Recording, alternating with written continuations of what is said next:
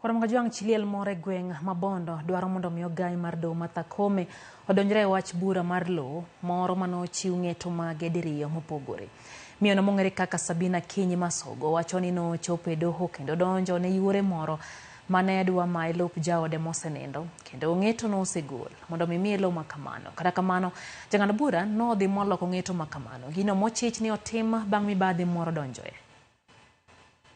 En midhiero makoro kwako chiliel Sabina Akinyi Masogo maja higni 50 e gweng mabondo e kaunti ma Siaya bang' jang'ad bura e doho mabondo chiwo ng'eto ariyo mopogore buch lo moro mano ochwalo e doho. Nwa file case ni nitie ng'at mana mayowa property more e town, property wa e town kanyo. Koro wan gi judgment ariyo.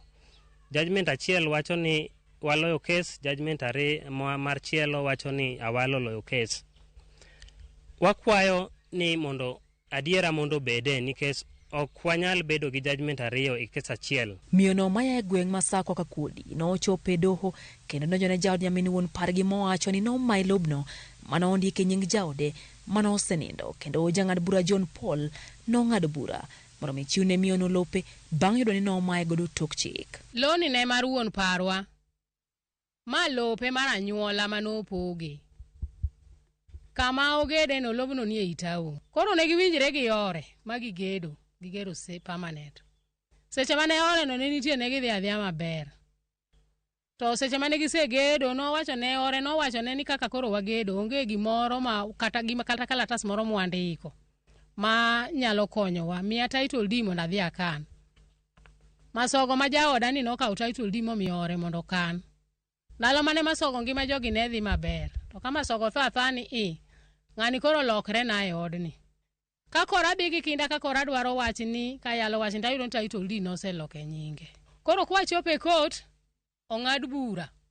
Tarik 26 dwe mar 6 gimoro saa 3 saa 5 kama ae bura na loyo ma aka mor. Kata kamano ndalo 10 bang' ng'eto makamano jang'ad bura nogono oduogo golo ng'eto machielo manyiso ni yuoro miyo no mong'ere kaka Joseph Agola Adundo e wuon lobno.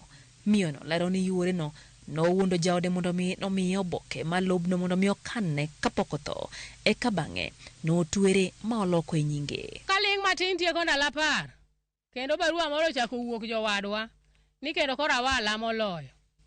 An kora kwayo mana sirikal ni to gikonya ni to koro cases ma koro no wuok mana loyo tawala bendo loyo koni te en ot achiel ni koro wadwa tiyo gi mane. Okwero jogo ni wachuru ne mama moro ma wuotho gi nyathine no ni ok adwa nene. Kiko bi kanyo. Akiaye an mara mano miya ot. Mara no setho nyocha pidho ora be no setho. En ok ang'eye. Lowo no miya kaka gift nikech na kendo nyako. Okil mar miyo no Ruth Otieno wacho ni noyudo buok bang' jang'ad bura no loko ng'eto mano oseketi nyaka e mbui mar doho ka okang' mar temo loso gi jang'ad bura no nogore Luanda.